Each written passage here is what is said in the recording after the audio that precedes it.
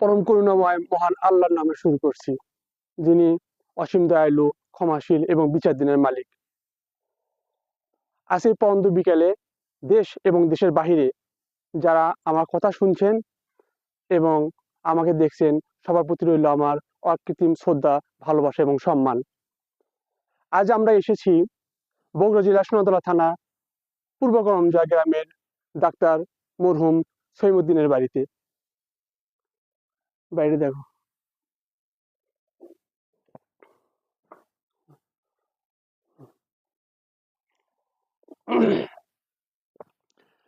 Doctor সইমুদ্দিন এই পূর্ব করমজা ছিলেন একজন নামি দামি ব্যক্তি। তার 3টি থানা জুড়ে জমি ছিল: সোনাতলা, সারেকান্দি এবং গাবতলী। তিনি এলাকার প্রতাপশালী এবং মান্যগণ্য ব্যক্তি ছিলেন। তার ছিলেন 2টি সন্তান, একটির নাম আব্দুল লতিফ সানা এবং আর একটির নাম আব্দুল জলিল টুঙ্কু। এখন দুইজনই প্রয়াত। আব্দুল লতিফ সানা জীবিত অবস্থায় তিনি ছিলেন অ্যাবনর্মাল, অর্থাৎ অতি সহজ সরল ছিলেন। তার ছিলেন 2টি সন্তান।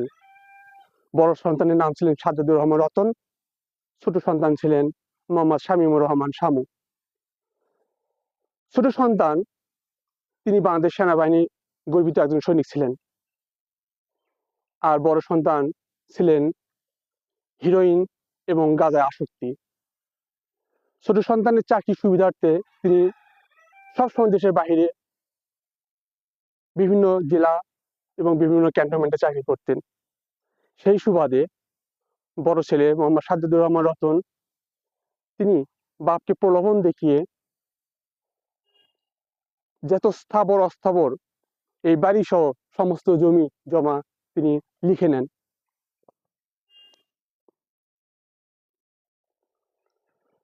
সমস্ত জমি জমা বাড়ি ঘর লিখে নেওয়ার পর সেনাবাহিনী কর্মরত আব্দুল লতিফের ছোট ছেলে তিনি নিঃস্ব হয়ে যায় এবং বাড়িঘর ছেড়ে তিনি অন্যত্তরে গিয়ে বাড়ি করেন এবং সেখানে বসবাস করছেন। আজকে আমরা সেই আব্দুল লতিফ এর ছেলে, বড় ছেলে মোহাম্মদ সাজ্জাদুর রহমান রতন বাবার কাছ থেকে ফাঁকি দিয়ে যেগুলো মানে জমি এবং বাড়ি লিখে নিয়েছেন, আমরা আপনাদেরকে সেখানে নিয়ে যাব। আজকে তার ফাঁকি দিয়ে লিখে নেওয়া বাড়িটা দেখাচ্ছি কি অবস্থা।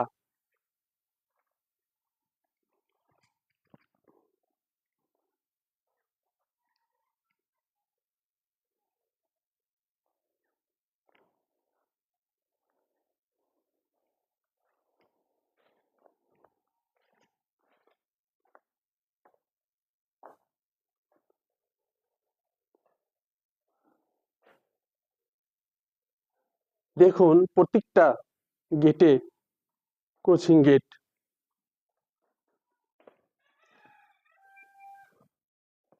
আজ সবই লিখে নিছে, কিন্তু সে নিজেই থাকতে পারে না। এটাই আল্লাহর বিচার। কত বড় উঠান! এই উঠানে ধান কাটামারি হইতো। এই উঠানটা প্রায় 1.5 বিঘা জমি। এই 1.5 বিঘা উঠানে ধান মাড়াকাটি কাজ চলতো। আজ কোনো ধান মাড়াকাটি নাই, সমস্ত জমি বিক্রি করা শেষ। আর বাড়িটার এই অবস্থা, সে নিজেও থাকতে পারে না।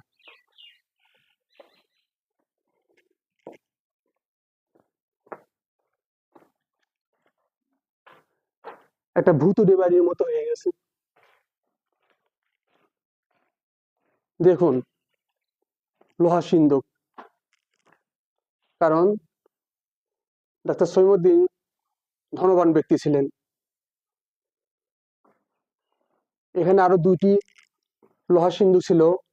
এই 2টি লোহা সিন্ধুক, বড় 2টি লোহা সিন্ধুক দান করা হয়েছে।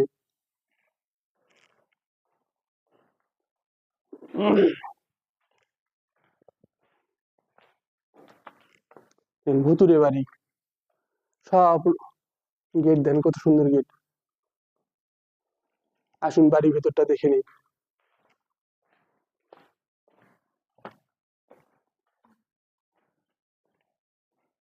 এই যে বাড়ি,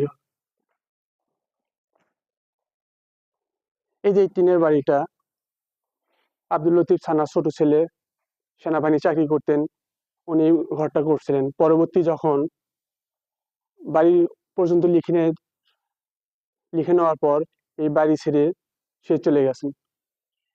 বাড়িটি এই অবস্থায় রয়েছে। এই রান্নার রুমও আব্দুল লতিফ থানার ছোট ছেলে যে সেনাবাহিনী কর্মরত ছিলেন উনি করেছিলেন। আজকে দেখেন বাড়ির কি অবস্থা। সব লিখে নেওয়ার পরও তারা বাড়িতে থাকতে পারে না, এটাই আল্লাহর বিচার।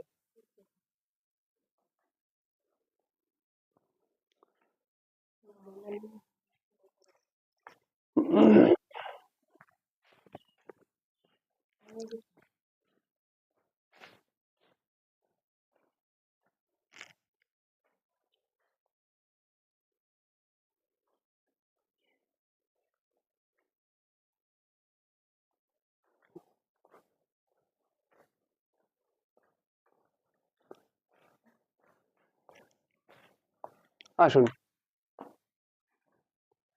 প্রত্যেকটা গেটে কেসি গেট, প্রত্যেকটা গেটে কেসি গেট। আর দরজাগুলো দেখেন কত সুন্দর দরজা ছিল।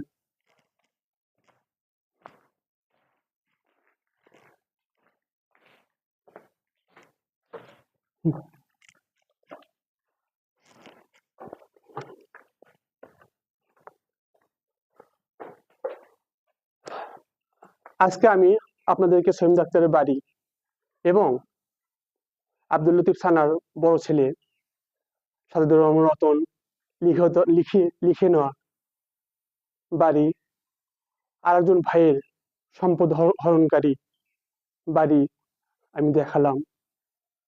এই জন্য দেখালাম যে কোনোদিন আপনারা আপনাদের ভাই অথবা বোনকে সম্পত্তি থেকে বঞ্চিত করবেন না। কারণ আল্লাহ সবকিছু ক্ষমা করতে পারেন, কিন্তু হকদারের হক আল্লাহ কখনো ক্ষমা করবেন না। যতক্ষণ পর্যন্ত হকদারের হক তাকে বুঝিয়ে না দিচ্ছেন, প্রাপ্য হক তাকে বুঝিয়ে না দিচ্ছেন এবং বুঝে দেওয়ার পর তাকে ক্ষমা প্রার্থনা করছেন, এতদিন পর্যন্ত আল্লাহ আপনাকে ক্ষমা করবেন না। ধন্যবাদ বন্ধুরা। আমি আশা করব আপনারা কারো হক এভাবে বিনষ্ট করবেন না, কারণ এই দুনিয়াটা ক্ষণস্থায়ী। আপনার পরবর্তী জীবন আপনার মৃত্যুর পর। ধন্যবাদ সবাইকে। আসসালামু আলাইকুম।